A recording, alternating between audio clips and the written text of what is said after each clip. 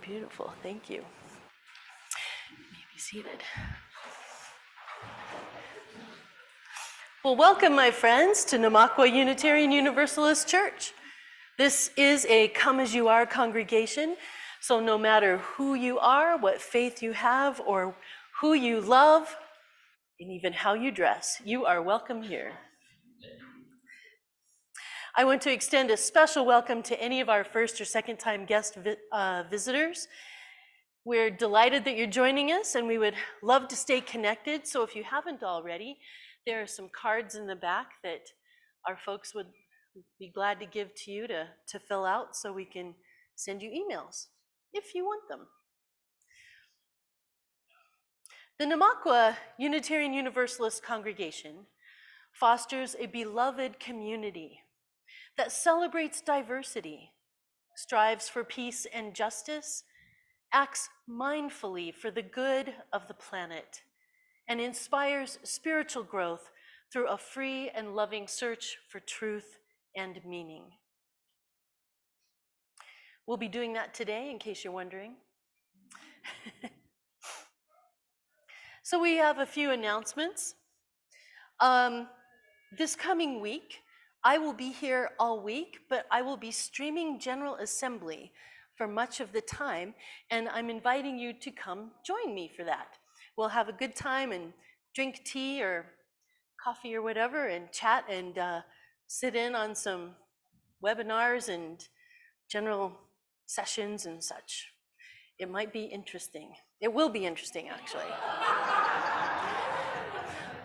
It was a bit of a slip, wasn't it? It can be slightly boring at times, but we'll keep each other enlivened. See, I just need your company. That's what it is. So come keep me company, shall we? Okay. No, we'll have a good time. And then next Sunday, the service is going to start at 10:30. So you get an extra half hour. So if you want to come at 10 o'clock, we can hang out and have fun, but we won't actually start the service till 10:30 because we will be streaming from General Assembly. And the Sunday service from General Assembly will blow the roof off every year. It's fabulous. It's amazing. So that service, we'll have our own little 15-minute service, and then we'll start streaming at about 10:45. So I hope you can join us for that. And Reverend Nancy McDonald Ladd is the preacher this year, and she's incredible. Probably absolutely one of our best, maybe the best. Feel free to join us for coffee hour today. It's looking lovely in there. In case you don't know, it's the building just behind this one. And somebody told me something about a skit. Is that true? I don't know. I'm just going to get out of the way.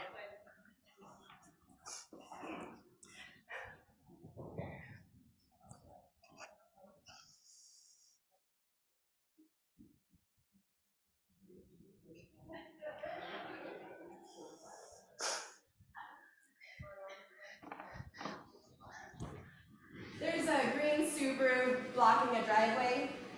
License plate IQB416.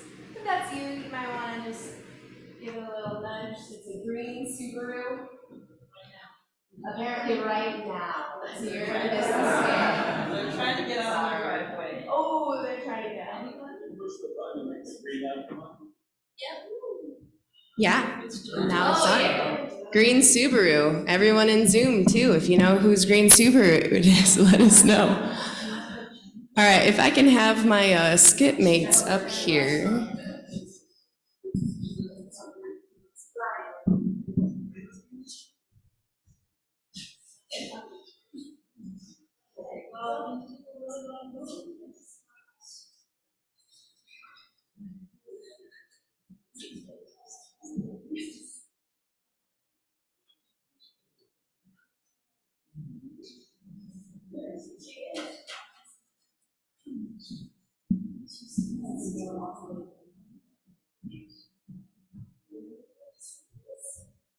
She's dealing with the Green Subaru.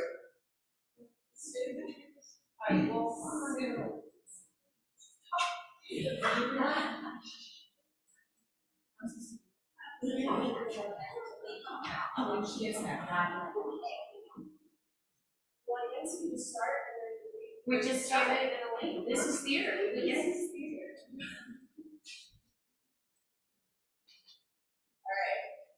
I'm no babbler. Yes, you are. She's But I'm the gonna babbler. try. Gotta do a video. Like, yay, okay, we got Janet.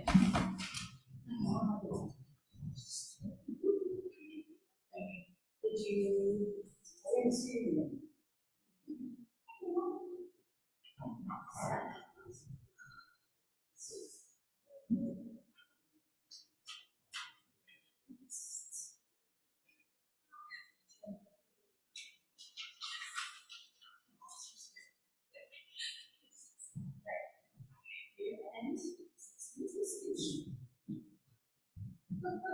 Where's the link? I didn't know about the Subaru when you said All right, everybody. So I'm the best babbler that we got today, and the auction is happening in 6 days. Yeah, and so we wanted to let y'all know that there are going to be 5 different types of fundraising we're going to do at this auction, so we can have a little bit of fun. The first type, and the largest of all the fundraisers, is the silent auction. See something you like? Sign your name on the bid sheet with the goal of being the highest bidder on the list when the time's come. All right, time. Congratulations. After the silent auction ends, our internationally recognized auctioneer will auction off some big ticket items in the live auction.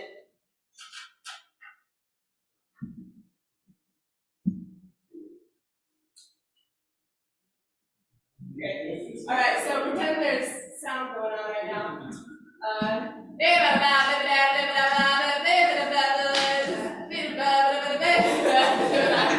Sold to the highest bidder. You win. All right, live auction, really good. Next, we have our raffle.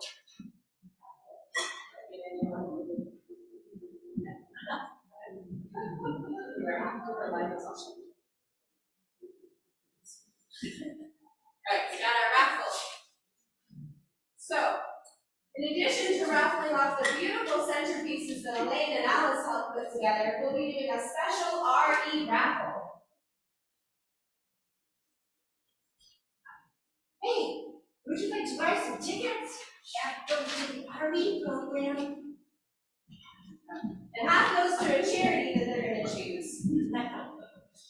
The children that choose. Yes, I'll take 10, please. 10? Oh, that's wonderful. And then I'll keep the stubs in here so we know who it is. Wonderful.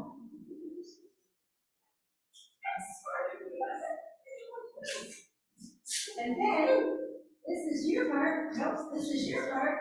And this. And I'm going to say, Elaine's the winner! Yay! The winner of the RE raffle gets to be the guest of honor at a special RE tea party. So very excited. All right, new this year, we've got the request raiser. This is thanks to Vicki Clark. Has this great idea. We love this. All right. So Janet, do you see what you're looking for here at the auction? Gosh, I just don't see what I'm looking for. Oh, okay, well here you go. What's this? Well, it's a request form. You fill out what you're looking for and what you donate to the mock club for it. Oh, great. What I really need is some bass lessons. How about vocal lessons? Oh, okay, fine. I have more vocal lessons. Alright. Alright. The requester will fill out one side and a willing volunteer fills out the other.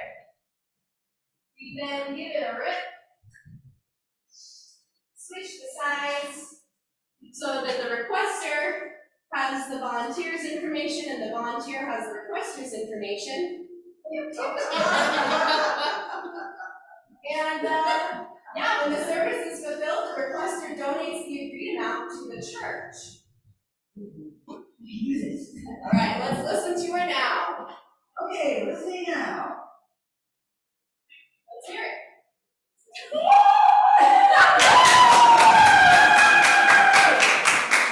right. Finally, at the end of the night, we'll raise money for a special cause. Marion? This year, we're raising money for the Plymouth Memorial Music Fund. It is for guest musicians and the opera. How many people are ready to donate $500? All right, where are $500 people? You were given a pile on the way. I see a couple. Oh, that's great. Okay, we've got you now. All right, we can do it. All right, who's in for $250? Okay, yay, Got we a got couple you. more. All How right. about 100? Woo! We just raised $1 billion. Wonderful guest musicians all next year. Thank you. All right, are we excited yet? Are you excited about the auction? Remember, items are due this Tuesday in Parker Hall. The request forms you just saw, they will be available now all through the auction evening. And we need more sign-ups for the pop-up. Oh gosh. And if you want to beat the crowd on auction night, oh come on guys, we need to check out. Alright. If you want to beat the crowd, big crowd, you want to beat me? You want to beat the crowd on auction night, enough! If you register before the auction, you'll get your bidder number and you can add your credit card for a quick, calm checkout. Yes, but I still think you should register to get your bidder number beforehand, so we don't have a big hullabaloo at the auction. All right? Calm checkout. Calm checkout. That's it. Thank you, everyone. So this is the auction table. This is our booth. We're set up in Parker Hall after the service to ask questions, donate your items, make a request, buy raffle tickets, or register your account. We'll see you there.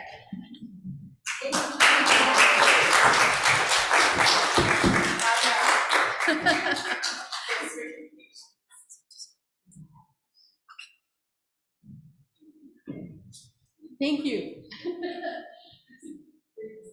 Great. I just wanted to also mention that today is the last Sunday that Ryan will be with us until next September. I know. So, let's give our love to Ryan and our gratitude, and we'll look forward to him returning in September. Yeah.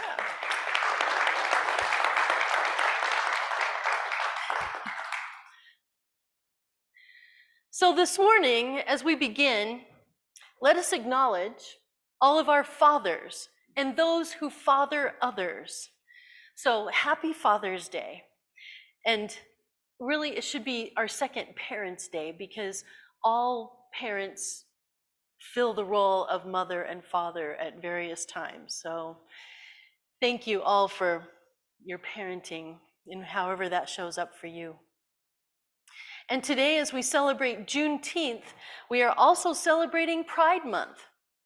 We have inherited our world from our fathers, our mothers, our ancestors, with all the generational issues of the past playing out right here and right now. So I invite you to consider these words written by a brilliant poet, lesbian, Black Unitarian Universalist minister, who you, my dear Namakwa, had the wisdom and privilege to choose as your first settled minister, Reverend Alicia Ford. This is called When We Pause to Remember. When we pause to remember who we are, companions on this grand experiment called life, when we take a moment to shed the way we have been carefully taught, to lead from fear, to punish the poor, to persecute those who don't look like we do, to deny the rights of those who love, to believe that we are separate, that some people are superior to others. When we take a moment to shed all of that and hear our stories, hear and see other into existence, into community, where we take a moment to embrace, to practice a different way of being. When we answer the call of love, then we are living into a promise of building the world we dream about. It is a beautiful dream to cast a vision, to stretch our minds into the future and imagine what may be if we were to build a new way of being, not someday, but beginning again today, beginning again every day that we have to take a breath. So take courage with these hands and these hearts to make real the dream of a more equitable world, to journey together and seek to be transformed, even as we transform. Becoming explorers and learners in this world around us, humbled by what we do not yet know, fulfilling the promise of healing a fragmented world, laboring not just in hope, but also in love. In this spirit, we commit. In this spirit, we gather. And in this spirit, we pray. And in this spirit, we share our affirmation. Love is the spirit of this church, and service its calling. This is our great covenant, to dwell together in peace, to seek the truth in love, and to help one another. Let us turn and share this spirit of love by greeting all of those around you.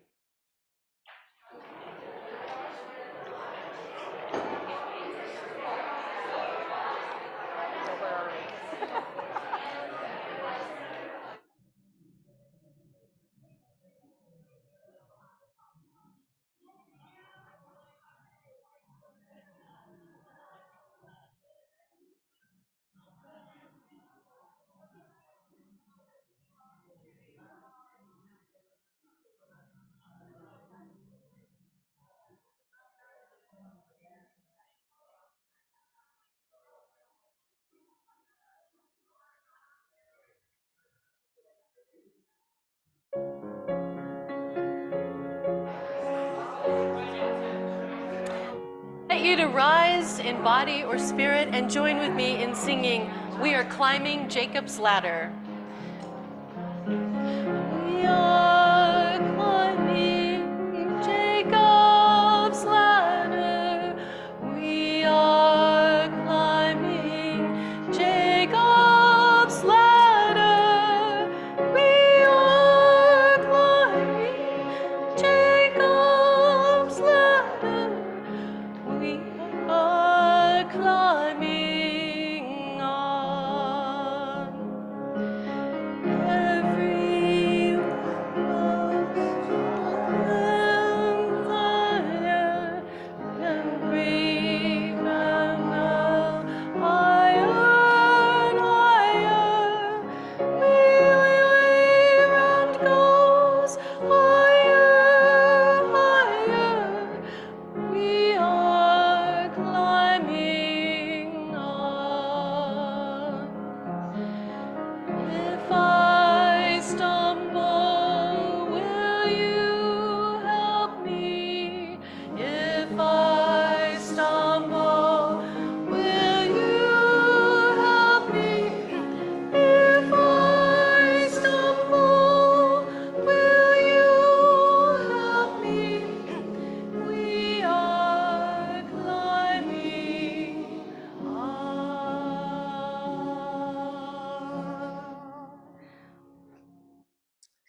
Thank you.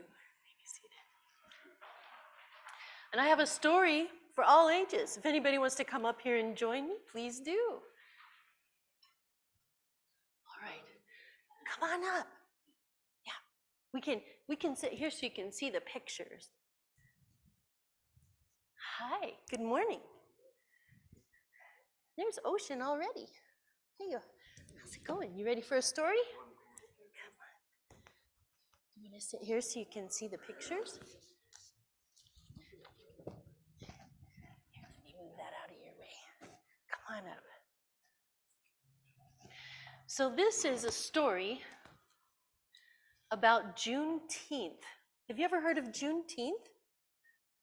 You know, I honestly, to be honest, I had not heard of Juneteenth until just a few years ago, which is really a tragedy.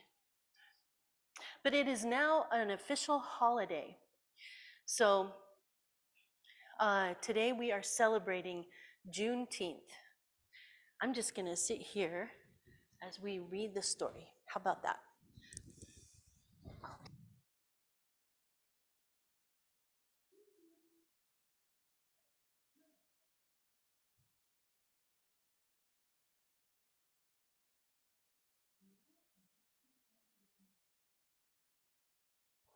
Check, check.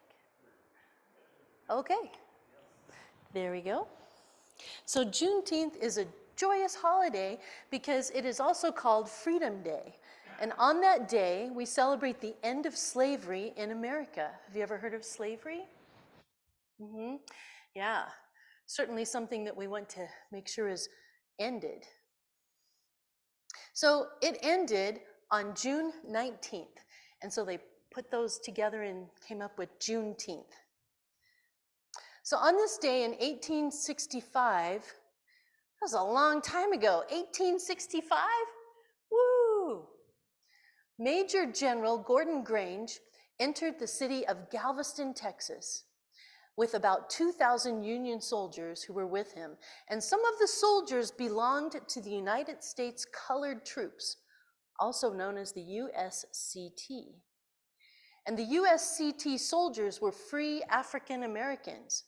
Some had made dangerous escapes from where they had been enslaved, and they had joined the Union Army to fight for the freedom of their own people. And from April 1861 to April 1865, America had been at war over slavery. It was called the Civil War. 11 states that allowed slavery had rebuilt and left the Union.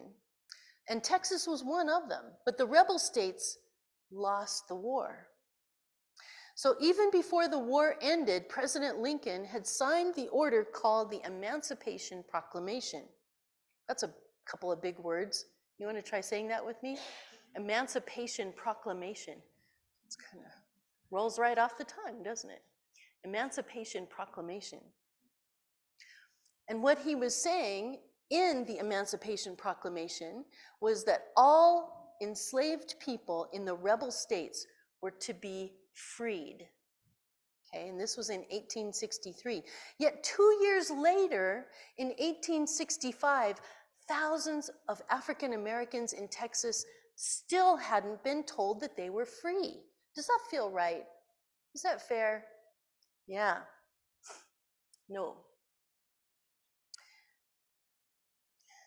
Enslaved people did backbreaking work for no pay. Would you like to work hard all day long for no pay and be treated really mean?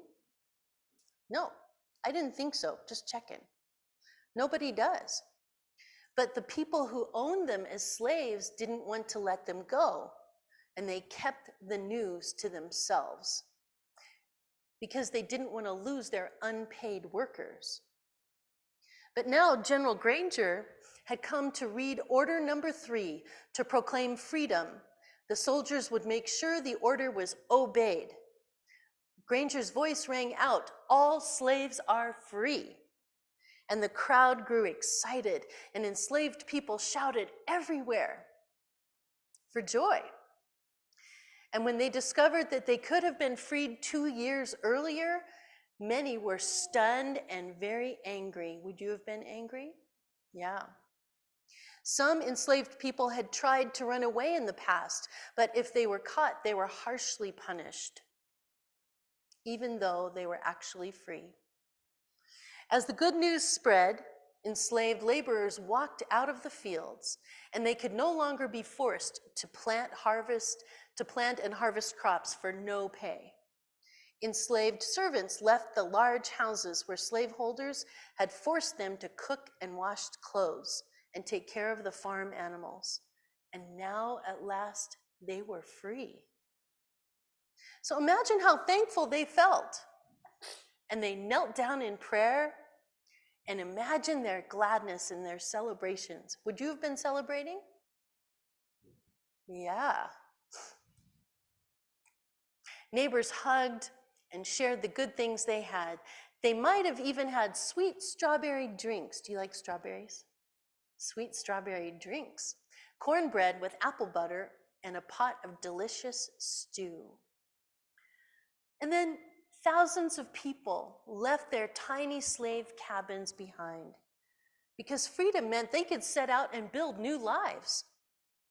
They had few belongings. They didn't have much, but they had powerful dreams, and dreams that they could share as they walked, dreams that they could share around campfires of Union soldiers who took them in.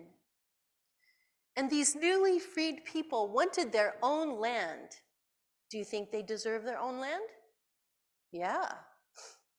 They dreamed of building houses and starting farms. And slaveholders had tried to prevent enslaved people from learning to read and write. Well, that's not very nice either, is it?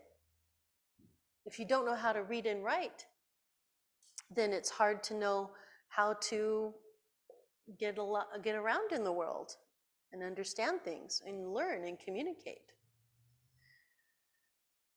So now they had a chance to learn, and they were eager for an education. Most of all, they wanted to work for wages. They took their skills. Do you know what wages are? To earn money. They finally get to earn money. A lot of them had never seen money before. So now they took their skills with them wherever they went. And they were field hands and cow hands. They took care of cows, and carpenters. They built houses, and blacksmiths and seamstresses and cooks. They all could now be paid for their work. So freedom made them hopeful, but they would not easily forget the cruelty of slavery. Many families had been separated and never saw one another again. So June 19th became a day of remembrance in Texas. It is a day when the descendants of enslaved African Americans think about their ancestors. And like those who came before them, they celebrate freedom. So today we are celebrating freedom too. In 1980, I was alive then. Yeah, it's not that long ago. Texas made Juneteenth a state holiday, and Juneteenth became celebrated in nearly every other state in the District of Columbia. And in 2021, and I'll bet you were all alive in 2021, maybe not Ocean yet, I don't know. Juneteenth was made a federal holiday. People line the streets at Juneteenth parades and see brightly decorated floats and marching bands. We bring homemade salads and desserts to our backyard barbecues, and we enjoy red food, watermelon and red velvet cake, ooh, yum, and strawberry soda, a traditional Juneteenth drink. And our elders tell stories of ancestors' lives. We pass around family photos and draw family trees. And we listen to the Emancipation Proclamation. We honor the leaders of the past and discuss ways to keep working for equality and equity. And we sing the Black National Anthem, lift every voice and sing. We write essays about freedom and what it means to us.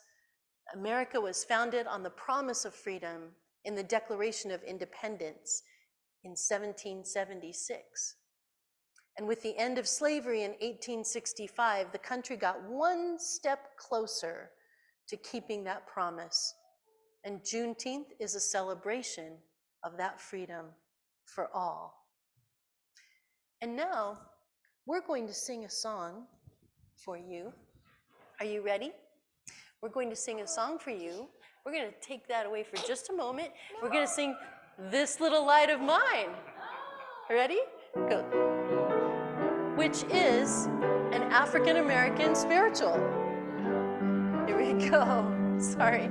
This little light of mine, I'm gonna let it shine. This little light of mine, I'm gonna let it shine. Go.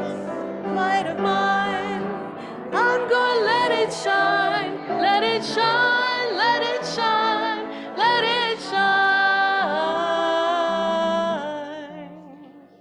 Great, thank you.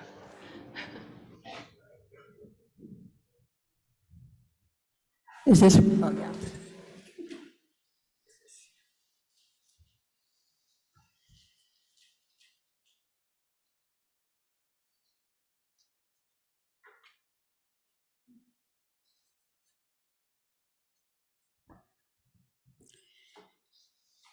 It's a beautiful writing by Kristen L. Harper. It's called The Deep Well of Black Lives. On August 25th, 1619, the ship, the White Lion, arrived at Point Comfort, now known as Fort Monroe National Monument in Hampton, Virginia. The ship contained enslaved Africans. This is the first recorded arrival of Africans in America. This year, this anniversary was commemorated at Fort Monroe as a day of healing and reconciliation. The community was asked to ring bells at 3 o'clock for 4 minutes, signifying the 400 years that have passed since that historic moment.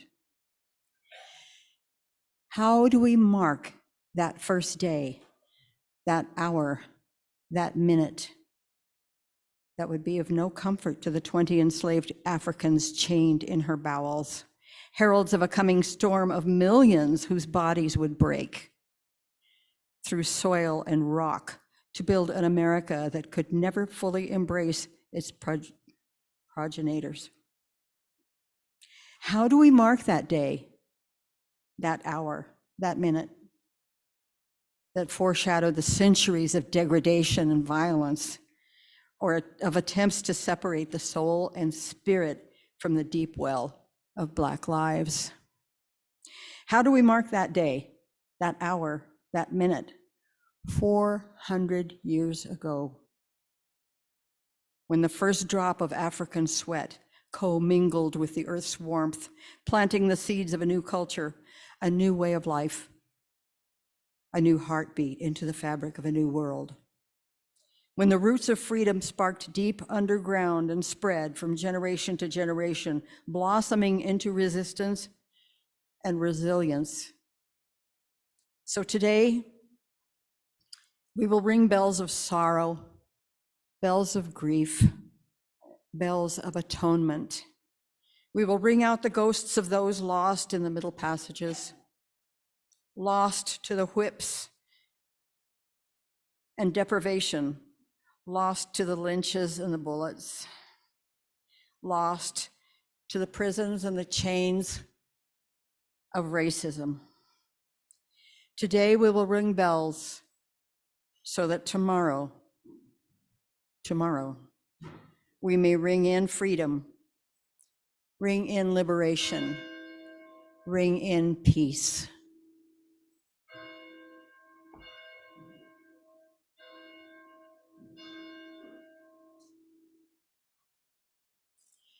And we light this chalice to remember. Let us always remember, please don't forget these people, our brothers and sisters.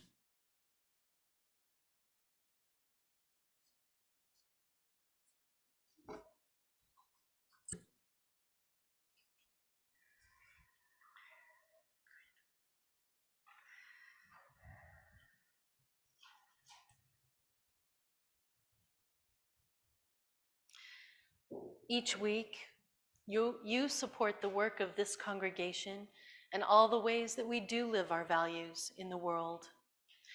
Through your generosity, in addition to supporting this church, half of your donations support a local nonprofit organization, helping us to make a difference beyond our walls. Today, our donations are supporting Heart J Center for Experiential Learning for their outdoor experiences and hands-on classes at Sylvandale Guest Ranch in the foothills of west of Loveland. Please give generously. Thank you.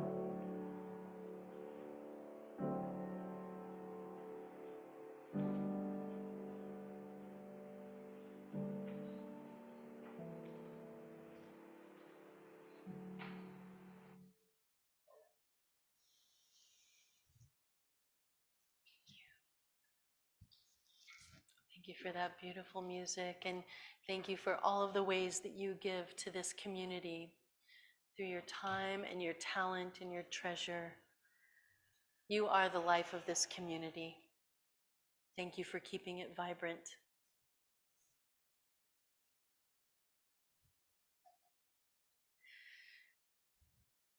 So we come together each week to share our lives and care for one another through all that life brings. And this morning, if you have a brief personal joy or sorrow you would like to share with the congregation, I invite you to come forward and share. If you're unable to come forward, please raise your hand and I'll bring the microphone to you. And those of you online, please share your comments in the chat and our Zoom host will read them aloud. And I want to say that I want to thank our Zoom host, who is also our audio tech today, who is also our bell ringer and did a great job of reading my lips. Yay, Clay. Yeah. Multitasking master. So thank you for that. And I would like to, there are 3 joys and sorrows that I would like to share today. And Steve, I don't know if you want to share. Do you want to come up and share about your dad? I'll just share that my aunt recently died, and she lived in Grand Junction, Colorado, and so we drove to Grand Junction on Sunday and attended her memorial service on Monday. She was dearly beloved to me. And just a few days after she died, go ahead. My father passed away suddenly. He was not well and was suffering. So I guess there's a joy in that. But we went from Aunt Mary's service and then flew to Houston for my father's service. The next day, yeah. So, Yeah. Thank you, sweetie. So we hold Steve and his family and my family with love. Yeah. Oh, thank you. Thank you. Thank you. And there's another death that is a congregation. There, this afternoon, as soon as our service is over, I will jump in my car and drive to Colorado Springs to attend a celebration of life for High Plains Church, not High Plains Church, Unitarian Universalist in Colorado Springs. They existed for 29 years and they're closing their doors for the last time today. Churches do die. And there are a lot of parallels between this church and that church. It started about the same time, was started by a larger congregation. So in some ways you might think of them as your sibling church. So please hold them with love. Yeah. Anyone else? Y'all remember when I'm Tam. Y'all remember when my husband left to go just put a couple doors on our house that got whacked in Hurricane Ian, and he ended up staying there 4.5 months because we had to have a new roof and all kinds of stuff because it was a thing. And then I was asked, well, I desperately wanted to go to General Assembly, but I didn't have the funds. But I asked everybody, just let me be your slave for a day. Let me work. I don't care what you need. If you need a weed pulled or a house painted, just let me serve you. And you all this week, you came out and you made it happen. And now I can go to General Assembly and not be in the hole on credit cards. So thank you, everybody. Yay! Thank you. And slaves don't get paid. And that's okay. That's okay.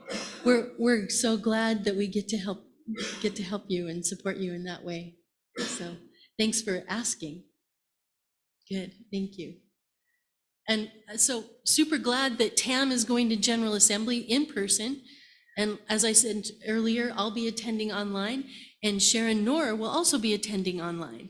So we have 3 people going to GA. So it's pretty cool. Thank you. Have fun. I want to hear all about it. I have one. I'm Robin, and I love this congregation. Thanks for having me so many Sundays and some other days.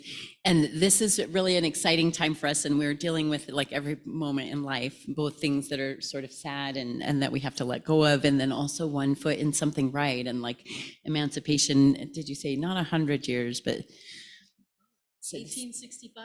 1865. 63. Yeah, 1863 was the Emancipation Proclamation. It's kind of a short lifetime of this new area, and yet we're still dealing with all the things. So one of the things I really appreciate in this church is this ability to say we aren't perfect, and we might say something one day like call ourselves a slave when maybe we don't realize that that's hurting the people that are actually slaves. Want us to know the difference, and so we can come out and say, oh, I didn't know that, I'm going to do it different now. And that's one of the things I really appreciate about this church is we see each other as human.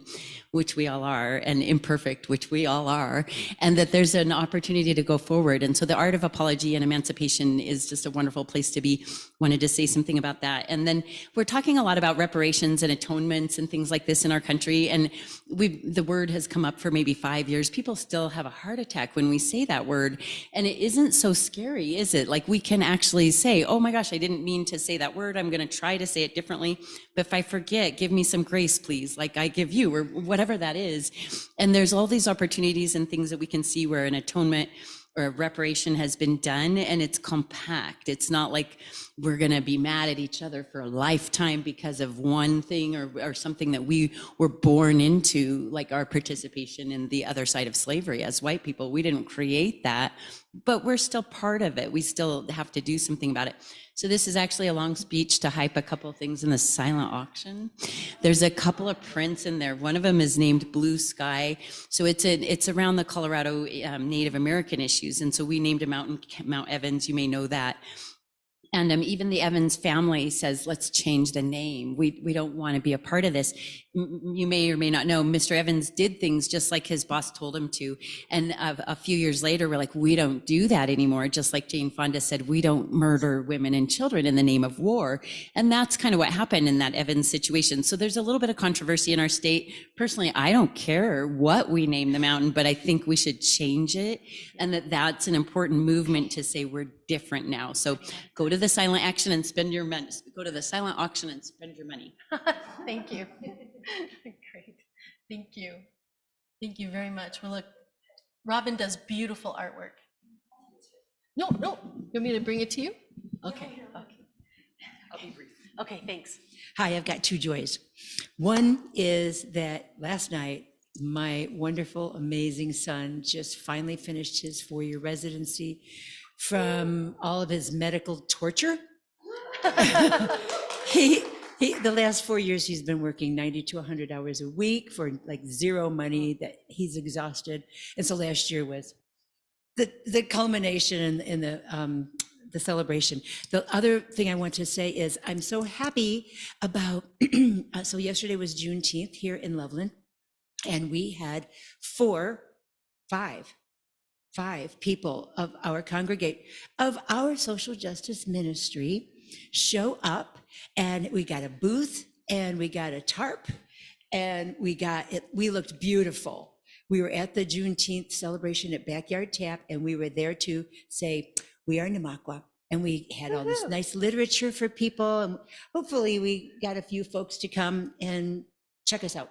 Awesome. Yeah. Thank you. Thank you. Good. Yay. Yeah, that deserves a round of applause. Yeah. Good. Hi. For those of you who don't know me, I'm Larissa. I've been coming here for like a year and a half or so. And I just wanted to share how grateful I am for all of you. This is a period of huge change in my life. Internal change. I'm not going anywhere and I'm not dying, so it's fine. But Good. I just wanted to say thank you for all of you, and it's such a joy to be here. And I'm so grateful for every single person here, and especially I'm grateful for you, Tam, and you, Pedro, and you, Reverend Data. You three have played a huge part in this period of my life. Wonderful. So thank you so much. Yeah, good. So glad you're a part of us, Larissa. Go for it. I have a quick one. Quick. Okay. Thanks. I'm always telling you guys about my youngest granddaughter, Maya Michelle McKinney, who's going to be a Broadway star. She is well on her way. She stars in a music video, and the artist has told me that she's the greatest actress, which I believe as well. She's on YouTube. The song is called, and the video is called Paralyzed. So if you want to look it up, a warning, there is adult content, but she is fantastic, and I'm very proud. Maya Michelle McKinney, Paralyzed, YouTube. Nice. Great. Congratulations. Thank you. Peter?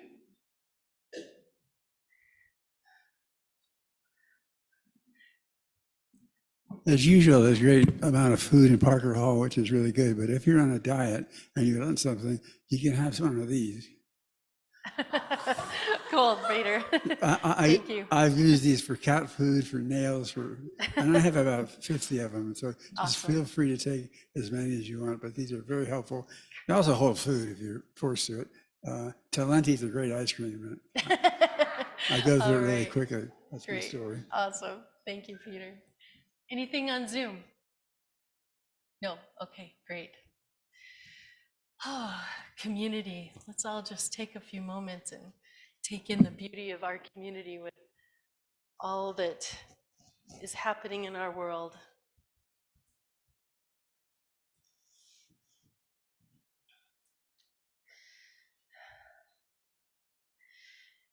I have a different meditation for us today. I'm going to experiment with you. Is that all right? Oh, good. We can talk all we want about the experience of slavery and what life was like.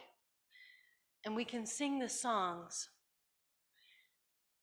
But I'm going to invite us to go a little deeper in our meditation and embody some of the experience of being in church, in a slave church or even post-slave church.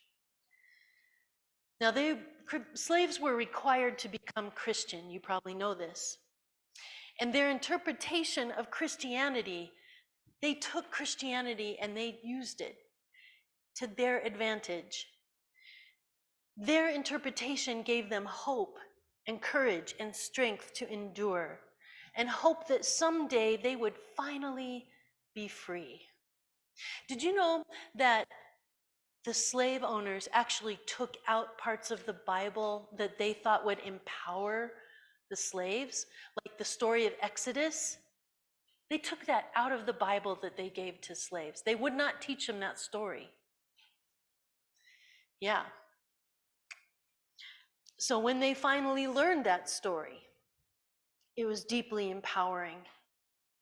And they sang in the fields.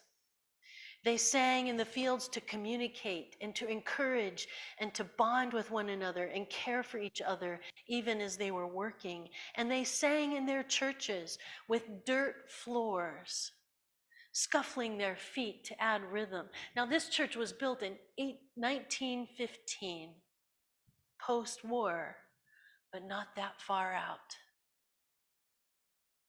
And they sang without words, expressing their pain and their suffering, and even their joy too, because they found joy even in the midst of all the pain and suffering. We are not them, we are not like them, and we cannot be like them. But I invite us to just stand if you're willing and able. If you feel like it, stand with me. For they did not have chairs when they went to church. Did you know that? They didn't have chairs. They had to stand. Only if you feel like standing, if it works for you. Let's all just start stepping in place with me. Beat, beat.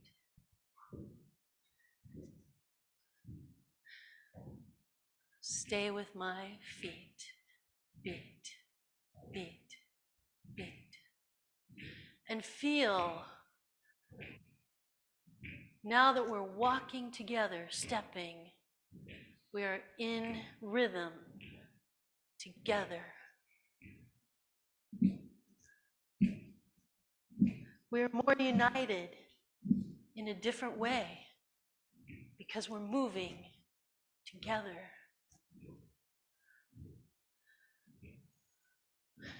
They would shuffle their feet in the dirt, and they would just sing without words. Oh, oh, oh,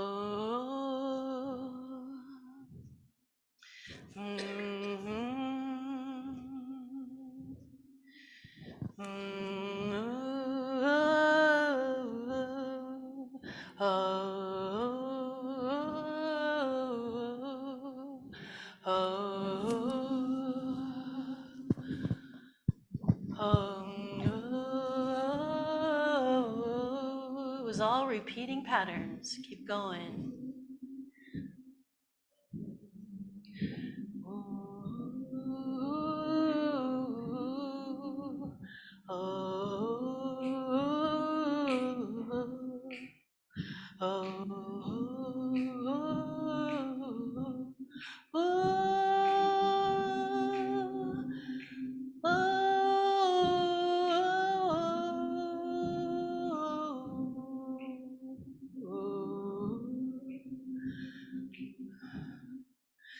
And they would just sing and express their hearts.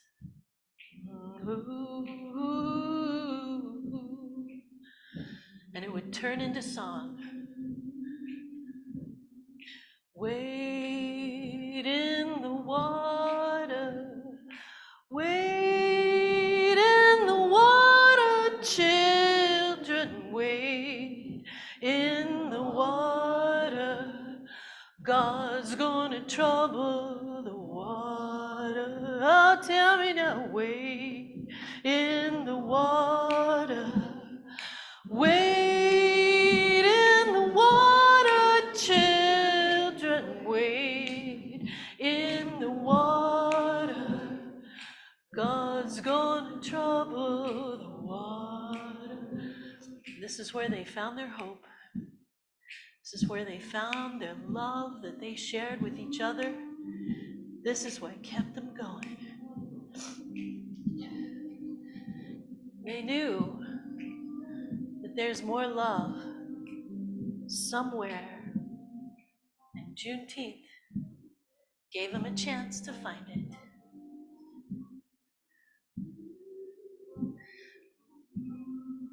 There is more love somewhere.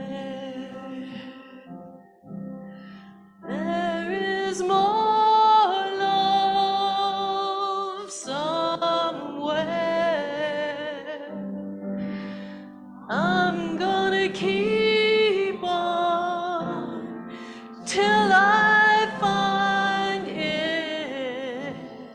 There is more love somewhere. There's more hope. There is more hope somewhere. Yeah. There is more hope somewhere. Let the harmonies come. Then I'm gonna keep on till I find it. There is more hope somewhere. There's more joy. There is more joy somewhere. There is more joy somewhere. I'm gonna keep on till I find it. There is more joy. There's more peace, may it be. There is more peace somewhere. There is more peace somewhere. I'm gonna keep on till I find it. There is more peace somewhere.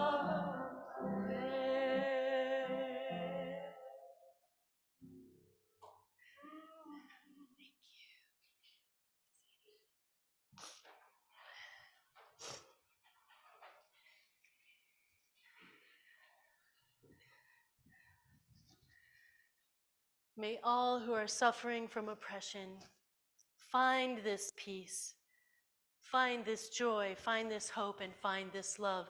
And may we work to make that so. I still find the truth of slavery so shocking and appalling that I just don't want to believe that it even happened. There's not a bone or cell in my body that thinks that it is right. And I'm guessing you might feel the same. I know the history, I know the stories, I know their justifications, and I am still horrified by it all. And I know Juneteenth is a celebration, but to get to that celebration, one must pass through the horrors that made it necessary to celebrate. Well, lately I've been poking around my family tree and learning about my ancestors, one of those pandemic things that started. I know I had relatives on both sides of the Civil War. And actually, my last name should be Rogers because my great-great-grandfather was adopted. His last name was Rogers, but he was adopted by the owners of the Lightsey plantation that I think was in Louisiana. And there was another large Lightsey plantation in South Carolina that I've discovered. I know that there are Lightseys all over the South, and many of them are Black. Reverend Dr. Pamela Lightsey is a rather famous theologian and professor at Harvard in the UCC tradition, United Church of Christ. She's Black, she's amazing. Kirk Lightsey, another Black Lightsey, is a famous jazz pianist in New York City. Most of us are our own microcosm of the history of this country. Knowing that our ancestors were part of slavery or part of racist oppression after slavery causes deep shame in many of us, me included. And yet it is an insult to discover internalized racism within ourselves, even though we completely disagree with racism. It's like, what? When the slaves were freed, I wonder if they thought that that was it. Everything was done. They can go on with being equals. I wonder if anyone suspected that it would still be the beginning of a very long process, unresolved yet today, 160 years later. Whether white or Black or combination, we all carry generational trauma and racial trauma and internalized racism within us just because we were born into this culture that is built on systemic racism. Who built the White House? Black people built that White House. Slaves built that White House. It is that way throughout our entire system. It is built into us. And it is built into each and every one of us. It's how we've been programmed. And this system keeps Black and Indigenous people and all people of color from actually being free. And since we are all connected, as Martin Luther King reminds us, none of us are truly free until all of us are free. So what can we do about it? How can we contribute to true freedom for all of our Black, Indigenous, people of color, friends, siblings, loved ones of all people? What will give us truly something to celebrate on this Juneteenth? I have a quote for you from Michelle Obama. Race and racism is a reality that so many of us grow up learning to just deal with. But if we ever hope to move past it, it can't just be on people of color to deal with it. It's up to all of us, Black, white, everyone, no matter how well-meaning we think we might be, to do the honest, uncomfortable work of rooting it out. It starts with self-examination, she says.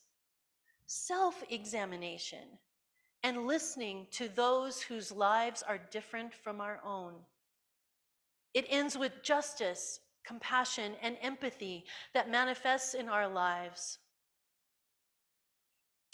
and on our streets. Yes, this is uncomfortable work. And yes, it is natural for many of us to feel shame, but that shame, we need to set it aside because it just gets in our way, it shuts us down, and it keeps us from actually doing the work.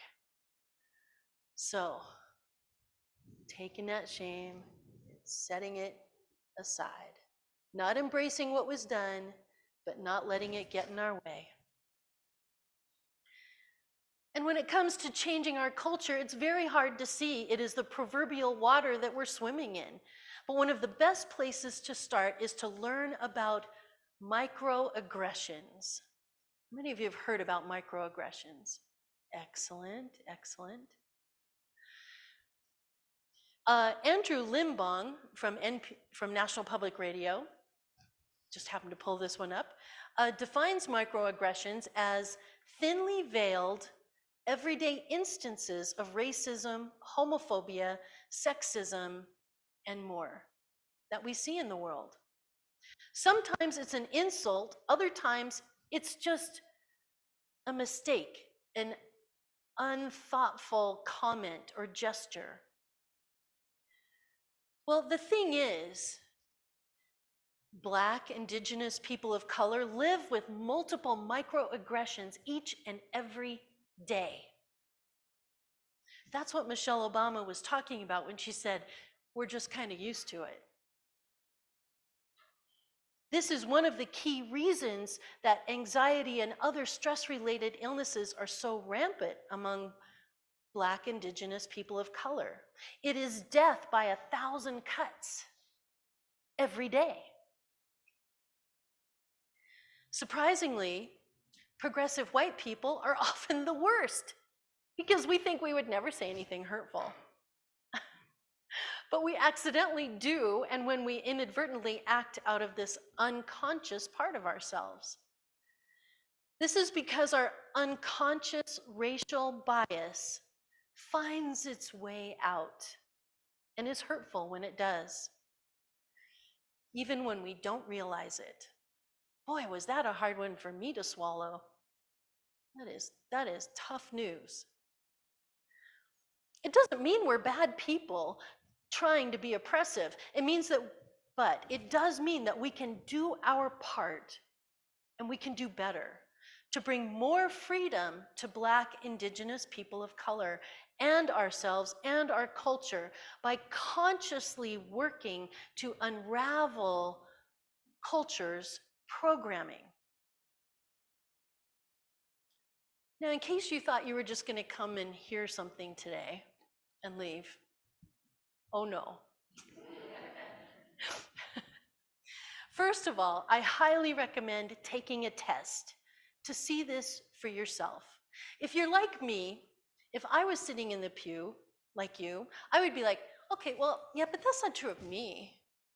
That's not me. I don't really do that. I know myself. I would be saying that. But if you do a Google search for Harvard implicit bias test, Harvard implicit bias test, take the test for yourself and see how you do. It is an eye-opening experience. And in case you forget, I made handouts for you. Hey, I used to be a teacher, you know, what can I say? They're at the back. There's some handouts for you, and there are also some advice on how to overcome and deal with microaggressions. And as we do this, let's take a look at some microaggressions. Can you see these? So like, what are you? Do you see how hurtful that would be? Some of these, it's easy to go, now, why is this hurtful? So take a moment and think, why is this hurtful? How would you like it for someone to say, well, so what are you? I'm a human being. Okay, how about our next one? If you can't see this, it says, no, where are you really from? So insulting. And yet, I'll be honest, if I go to California and I see an Asian person, it doesn't occur to me that they're probably from California until I hear them speak. And it's like, oh yeah, you're California. But that's my implicit racial bias right there. Right there. Okay. Your hair is so nice. Why don't you take off your hijab? Anyone see why that's insulting? A hijab is something worn in honor, is something worn out of respect. People, most women, and I know many women who wear hijabs, they wear them because they choose to wear them as a part of their religion.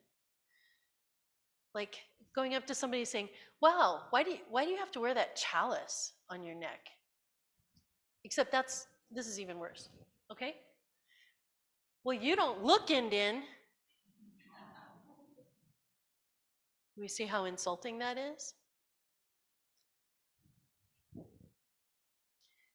Wow, I would have never known you used to be a girl.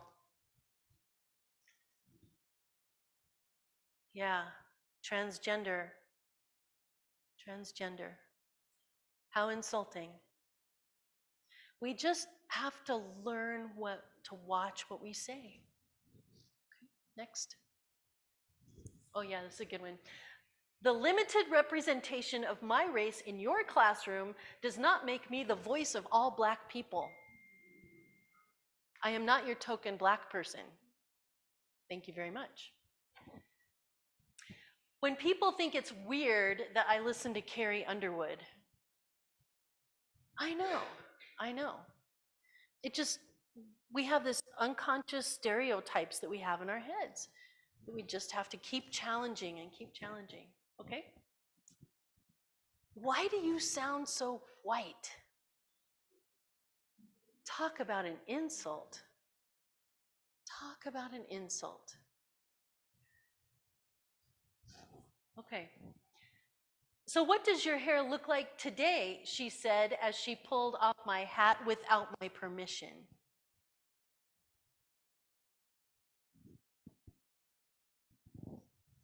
You don't act like a normal Black person, you know. I know. It's appalling that people say these things, but they do. I've heard it, and I've heard it in churches. In one church, I had a family, a Black family, and they had had a new baby. And someone came up to and asked the mother, oh, is this one gonna darken up like your older daughter? In church, Unitarian Universalist Church. See how insulting that is? Okay. I'm not being homophobic, you're just too sensitive, somebody says. One of the big lessons is that marginalized people, we don't get to tell them what they should think, should feel, or be. They tell us, and we listen. You're really pretty for a Black girl.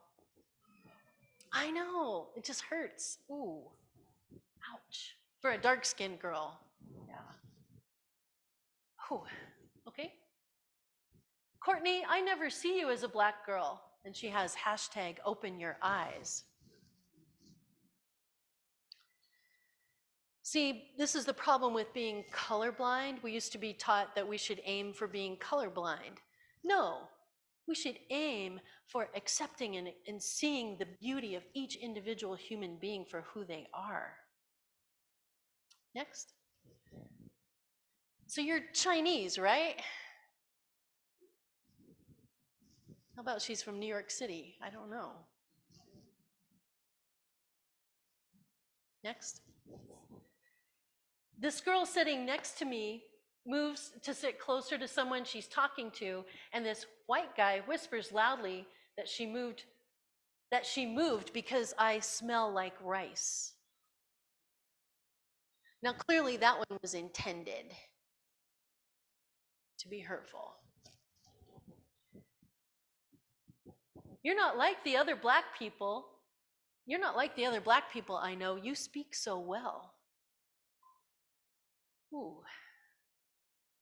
Insult. You will never be a real woman. This is a transgender woman.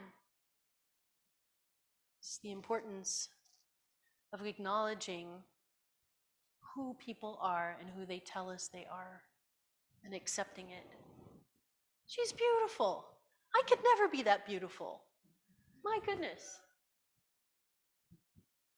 I think, is that the last one? No, there are a couple more, I think. But you all look alike. Oh man. I don't apologize for my blackness and your fear. I love that. I love that. I think that's the last one. Is that right? Clay? Okay, good, thanks. So, I want to close with these words by Ibram Kendi from his book, How to Be an Anti-Racist. The opposite of racist is not racist. The opposite of racist isn't not racist. It is anti-racist. What's the difference? One endorses either the idea of a racial hierarchy as a racist or racial equality as an anti-racist. One either believes problems are rooted in groups of people as a racist or locates the root of the problems in power and politics as an anti-racist. One either allows racial inequity to persevere as a racist or confronts racial inequities as an anti-racist. There is no in-between safe space of not racist. There is no in-between space of not racist. So my friends, I invite us to create Juneteenth and create a deeper level of freedom on behalf of all Black, Indigenous people of color by doing our own work. May it be so. I invite us now to rise in body and spirit and sing Guide My Feet, because that's what we're doing. We're walking this one.